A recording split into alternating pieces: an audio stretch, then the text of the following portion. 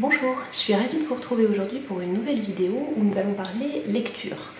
Alors, j'avais fait une petite vidéo déjà sur un livre en particulier qui m'avait beaucoup touchée, qui avait eu un gros impact dans ma vie, donc c'est Les Clés du Secret, si jamais vous ne l'avez pas vu. Mais j'avais envie maintenant de partager avec vous mes derniers coups de cœur en termes de lecture. J'ai repris depuis quelques mois un rythme de lecture assez soutenu. J'avais un peu laissé les livres de côté par... alors, manque de temps, non, je n'avais pas mis mes priorités dans la lecture, parce que le temps, voilà, on a tous les mêmes journées de 24 heures et après à nous de les organiser comme on le souhaite. Mais là, j'ai vraiment une nouvelle routine qui me permet de prendre du temps pour des choses qui sont importantes pour moi, dont la lecture. Alors j'ai pu dévorer pas mal de livres ces derniers temps et je vais en partager quelques-uns avec vous. Alors, je suis plutôt tournée vers les livres de développement personnel et les romans en général. Et je vais vous présenter donc 4 livres très différents. On va commencer tout de suite avec un roman qui s'appelle La Tresse, qui a été écrit par Laetitia Colombani. Alors, j'avais trouvé en fait un avis sur ce livre dans une vidéo YouTube puisque je cherchais des idées pour sortir un petit peu des livres que j'avais déjà vus et de ce que je connaissais déjà. Et ce livre, voilà, ça m'a donné envie de voir cette vidéo. Donc ce sont 3 histoires que vous allez suivre en parallèle de 3 femmes qui vivent dans des mondes complètement différents. Donc il y a une femme qui est indienne, qui est maman d'une petite fille et qui fait partie d'une caste très très pauvre. Elle a un métier vraiment horrible, je ne vous en dis pas plus. Et elle a envie d'autre chose pour sa fille, elle ne veut pas que sa fille reste une intouchable. Donc elle va se battre pour changer sa destinée. Et en fait c'est le point commun entre ces 3 histoires, entre ces 3 femmes, c'est leur force, leur courage et ce qu'elles vont faire pour changer leur vie. Il y a une autre femme qui est une working girl qui fait passer sa carrière avant sa famille, qui est l'exemple même du succès. Et elle va être frappée par la maladie et va devoir modifier sa vie. La 3e héroïne est sicilienne, elle travaille dans l'entreprise familiale et la maladie de son père va lui faire des découvertes qui vont changer sa vie. Et donc on suit en parallèle ces 3 destins de femmes qui apparemment ne sont pas liés.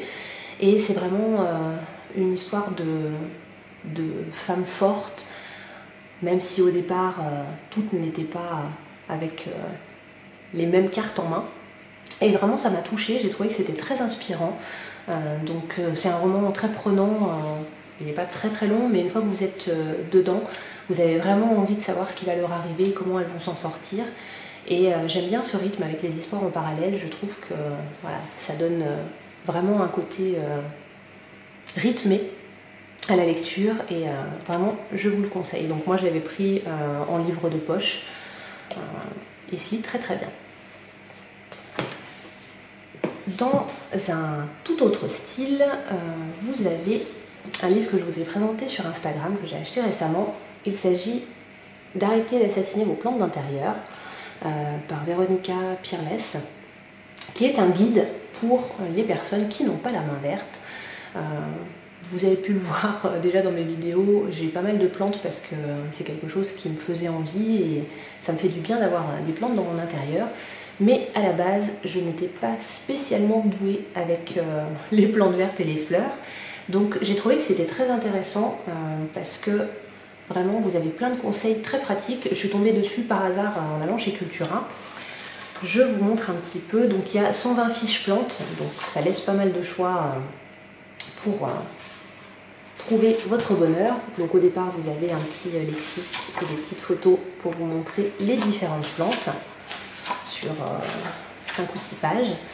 Ensuite vous avez les bases où on va vous donner des conseils pour l'achat, pour le choix, l'installation, savoir où mettre vos plantes, l'arrosage, engrais et entretien, le rempotage qui est une partie très importante, les petits insectes qui peuvent abîmer vos plantes, et comment lutter contre ces petites bêtes, ainsi que les maladies principales qui peuvent toucher les plantes. Et ensuite, vous avez donc les fiches. Alors, je vais vous en prendre une au hasard. Voilà. Alors, par exemple, l'anthurium.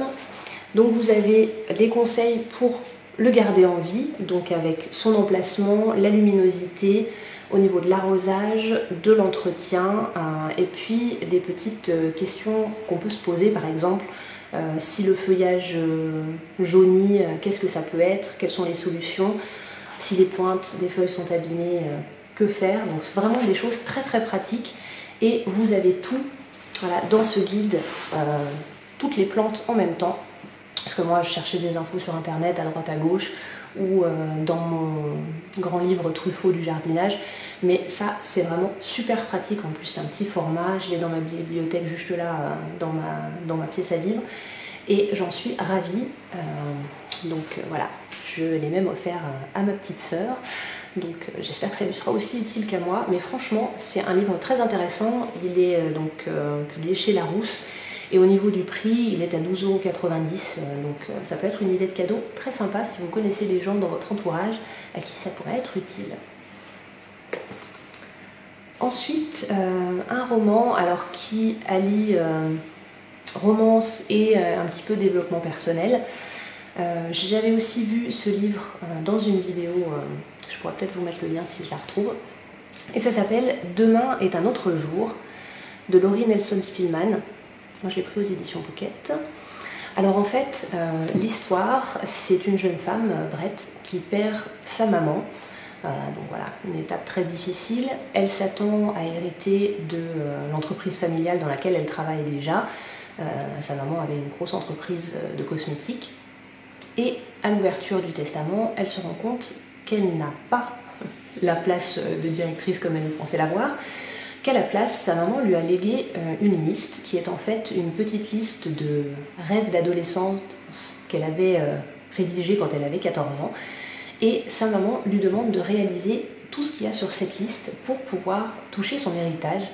Alors vous pouvez l'imaginer, à 14 ans on n'a pas les mêmes rêves et les mêmes envies qu'on a à l'âge adulte, mais voilà, vous allez suivre l'avancée de Brett dans la réalisation de ses objectifs, de ses rêves de jeunesse. Alors ça va de avoir un chien à enseigner, tomber amoureuse, voilà, il y a un peu de tout. Et voilà, vous allez vraiment être prise avec Brett dans ce roman qui passe aussi très vite. Et c'est plein de petites leçons de vie. Franchement, je vous le conseille, c'est quelque chose voilà, qui nous rappelle qu'on avait peut-être des rêves quand on était plus jeune, qu'on a un peu laissé de côté pour de fausses bonnes raisons. Et c'est l'occasion voilà, peut-être de refaire un petit peu le point sur ce que vous aviez vraiment envie de faire et que vous avez peut-être mis de côté. Donc un super roman qui a un petit côté développement personnel, qui pousse un peu à la remise en question. Il est assez drôle aussi, donc une très bonne lecture. Et le quatrième livre que je vous présente pour aujourd'hui, qui est vraiment un coup de cœur, je l'avais repéré, je l'avais mis dans ma petite sélection. Je suis une grande fan d'Amazon, hein, j'achète beaucoup sur Amazon, et j'ai souvent une liste d'envies pour plus tard, selon le budget, et j'avais mis ce livre dans ma liste. Et en parlant avec une amie, elle m'a dit oh, je viens de le commencer et j'adore, franchement c'est super intéressant, on apprend vraiment beaucoup de choses en lisant ce livre. Je me suis dit c'est un signe, je suis très à l'écoute des signes depuis quelques années, très ouverte à ce genre de choses. J'ai dit il faut que je le commande. Donc le soir même c'était fait et le lendemain je l'avais à la maison. Il s'agit de Kilomètre Zéro de Maud Ankawa. J'espère que je ne déforme pas son nom. Alors, c'est sous forme d'un roman, mais là, c'est vraiment du développement personnel. C'est sous-titré Le chemin du bonheur. Alors, je ne veux pas vous en dévoiler trop non plus. Donc c'est une jeune femme, Maëlle, qui a un job très prenant. Voilà, c'est sa priorité, elle n'a pas de vie personnelle à côté, c'est vraiment son boulot. Et Elle apprend que sa meilleure amie est atteinte d'un cancer. Elle était complètement passée à côté de ça et son amie lui demande de lui rendre un service pour l'aider à guérir. Et il s'agit d'aller chercher un manuscrit, un livre qui pourrait avoir une solution pour l'aider à guérir. Et il faut qu'elle aille le chercher au Népal, puisque la personne qui devait lui remettre ce livre est là-bas. Ça va complètement bouleverser sa vie puisqu'elle n'avait pas du tout prévu de faire ce type de voyage. Ce n'est pas du tout, c'est complètement hors de sa zone de confort. Mais elle va quand même le faire pour son amie.